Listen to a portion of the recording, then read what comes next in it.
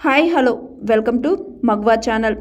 సోనియా గాంధీ గారు రాజకీయాల్లోకి ఎలా వచ్చారు, ఆమె పర్సనల్ డీటెయిల్స్ క్లుప్తంగా ఈ వీడియోలో తెలుసుకుందాం. 2004లో కాంగ్రెస్ పార్టీ అధికారంలోకి వచ్చింది. కానీ దేశ ప్రధాని బాధ్యతలను ఎవరు చేపడతారో అని దేశ ప్రజలు ఉత్కంఠతో ఎదురు చూస్తున్నారు.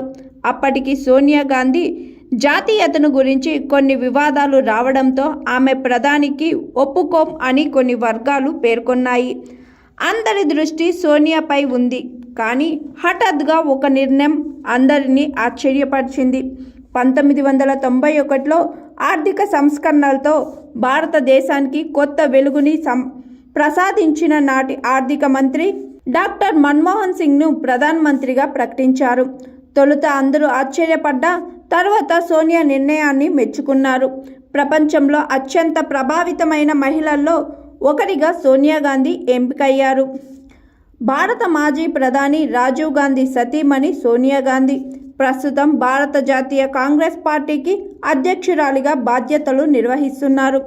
సోనియా గాంధీ లూసియానాలోని స్టెఫానో పావలోమైనో దంపతులకు 1946 డిసెంబర్ 9న జన్మించారు. చిన్ననాటి నుంచే రోమన్ కథాలిక్ సంప్రదాయంతో ఆమెను ఆమె తల్లిదండ్రులు పెంచారు.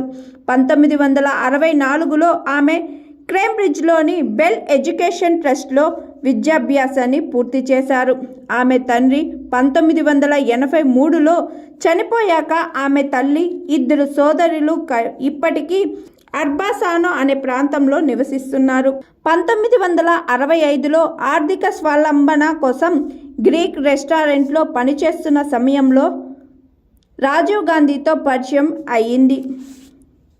తర్వాత ఆ పరిచయం పెద్దల అనుమతితో వివాహ బంధంతో పెనవేసుకుంది. రాజీవ్ గాంధీతో 1968లో వివాహం చేసుకున్నాక భారతదేశానికి వచ్చి ఇందిరాగాంధీతో పాటు కుటుంబ సమేతంగా నివసించారు.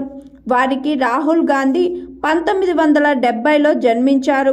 తరువాత ప్రియాంక గాంధీ 1972లో జన్మించారు.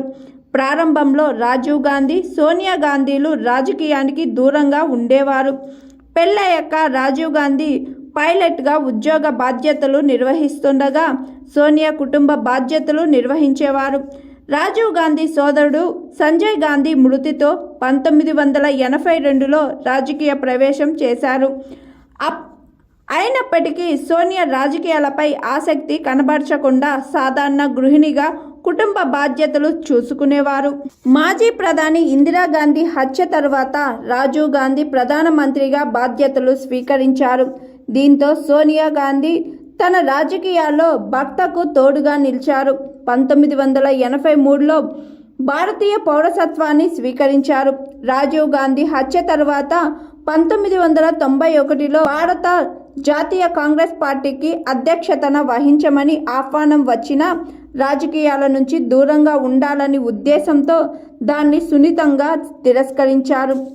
1997 సంవత్సరంలో రాజకీయంలోకి రావాలని నిర్ణయించుకున్న సోనియా గాంధీ 1998లో కాంగ్రెస్ పార్టీకి నాయకురాలిగా ఎన్నికయ్యారు. నాటి నుంచి సోనియా గాంధీ నేటి వరకు కాంగ్రెస్ పార్టీ అధ్యక్షురాలిగా కొనసాగుతున్నారు. 2004 నుంచి లోక్సభలో యునైటెడ్ ప్రోగ్రెసివ్ అలయన్స్కి అధ్యక్షత వహిస్తున్నారు.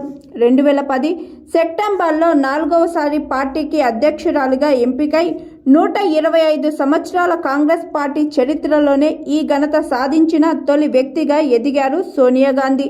పౌరసత్వం విషయంలో ఆమెపై అనేక వివాదాలు చెలరేగాయి. కాంగ్రెస్ పార్టీకి నాయకత్వం వహిస్తున్న 5వ విదేశీ వ్యక్తి సోనియా కావడం విశేషం.